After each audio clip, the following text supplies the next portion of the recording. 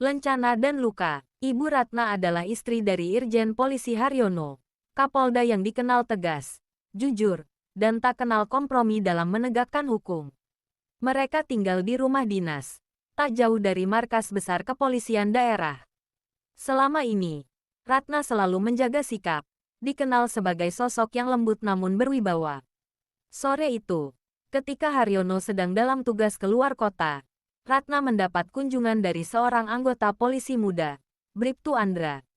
Ia mengaku membawa laporan penting yang harus ditandatangani suaminya. Ratna menyambut dengan sopan, namun setelah masuk, sikap Andra mulai berubah.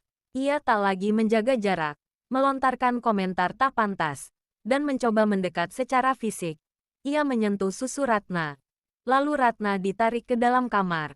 Saat itulah Ratna diperkosa. Ratna menangis di dalam kamar. Lalu ajudan pribadi Kapolda yang kebetulan melihat Andra keluar dari kamar langsung melumpuhkan Bribtu Andra. Kasus ini langsung ditangani divisi Propam. Tapi ternyata tidak sesederhana yang dibayangkan. Andra adalah anak dari seorang perwira tinggi di Mabes. Dan beberapa oknum mencoba menekan agar kasus ditutup rapat. Namun Haryono bukan tipe yang bisa ditekan. Apalagi setelah mengetahui apa yang menimpa istrinya.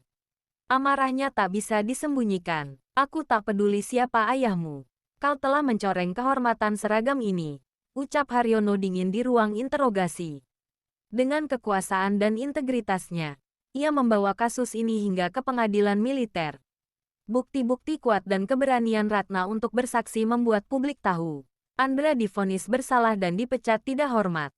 Ratna kembali menjalani hari-harinya dengan tenang. Meski bayangan kejadian itu masih membekas. Ia bangga karena suaminya memilih berdiri untuk keadilan, bukan untuk melindungi nama baik institusi yang penuh borok. Dan bagi Haryono, kejadian ini menjadi pengingat bahwa musuh sesungguhnya kadang tak datang dari luar, tapi dari dalam lencana yang mulai kehilangan makna. Operasi Sorban Hitam, Jakarta. Tengah malam, hujan rintik membasahi trotoar kawasan Tebet Timur. Bribtu Arfan, anggota unit Satreskrim Polres Jakarta Selatan, memimpin tim kecil menyusup ke sebuah rumah kontrakan yang disebut sebagai markas perekrutan kelompok radikal. Target utama, Ustaz Rahman, penceramah yang diduga menyebarkan doktrin kekerasan. Tangkap hidup-hidup, perintah atasannya di radio. Tanpa banyak suara, mereka menyergap. Seorang pria tua bersorban hitam sedang mengaji di ruang tamu kecil. Arfan langsung mengarahkan senjata. Polisi, angkat tangan. Pria itu tak melawan. Ia hanya memandangi mereka dengan mata tenang. Saya salah apa, nak? Tanyanya pelan. Nama Anda Rahman bin Hashim. Benar, ikut kami ke kantor. Di kantor Polres. Pria itu dipisahkan dari tahanan lain. Namun tak satu pun dari interogator mampu menekan dia. Ia menjawab semua pertanyaan dengan sabar. Bahkan terkadang membalik pertanyaan seperti sedang menguji mereka. Arfan merasa ada yang aneh. Beberapa perwira senior yang datang hanya menatap sang kiai dan tidak berani berkata apa-apa. Ada yang bahkan mendadak berdiri dan memberi hormat saat dipanggil masuk ruangan. Apa-apaan ini? Bisik Arfan pada rekannya. Beberapa jam kemudian, Polres mendadak didatangi mobil dinas bertanda Polda Metro Jaya. Seorang perwira tinggi turun dari mobil.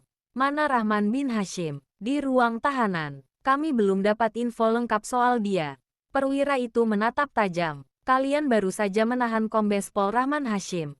Intel Polda, sudah 2 tahun menyamar jadi kiai untuk menyusup ke jaringan Guraba di Jakarta Timur. Semua orang terdiam. Di ruang khusus, Arfan diperintahkan untuk ikut dalam pertemuan tertutup. Di sana, Kiai Rahman melepaskan sorbannya.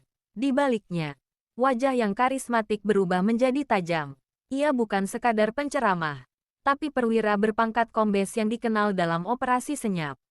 Saya memang menyamar, tapi saya sedang mendekati sosok yang lebih besar dari yang kalian duga. Dan penangkapan ini hampir menghancurkan semuanya, ujarnya dingin. Namun ia tidak marah. Kalian hanya jalankan tugas. Tapi mulai sekarang, pahami satu hal. Jakarta bukan cuma soal kriminal biasa.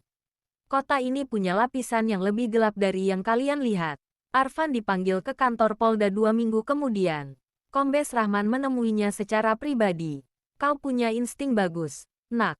Meskipun salah tangkap, kau tetap sopan dan tidak brutal. Itu langka. Ia menyerahkan amplop. Ada jaringan baru yang akan kami dekati. Kami butuh mata-mata muda. Mau ikut belajar? Arfan mengangguk perlahan. Jakarta tetap riuh dan bising. Tapi di balik ceramah subuh dan kajian malam, ada pasukan tak berseragam yang menjaga kota ini dari dalam kegelapan. Dan salah satu dari mereka adalah seorang polisi muda yang dulu salah tangkap seorang kiai.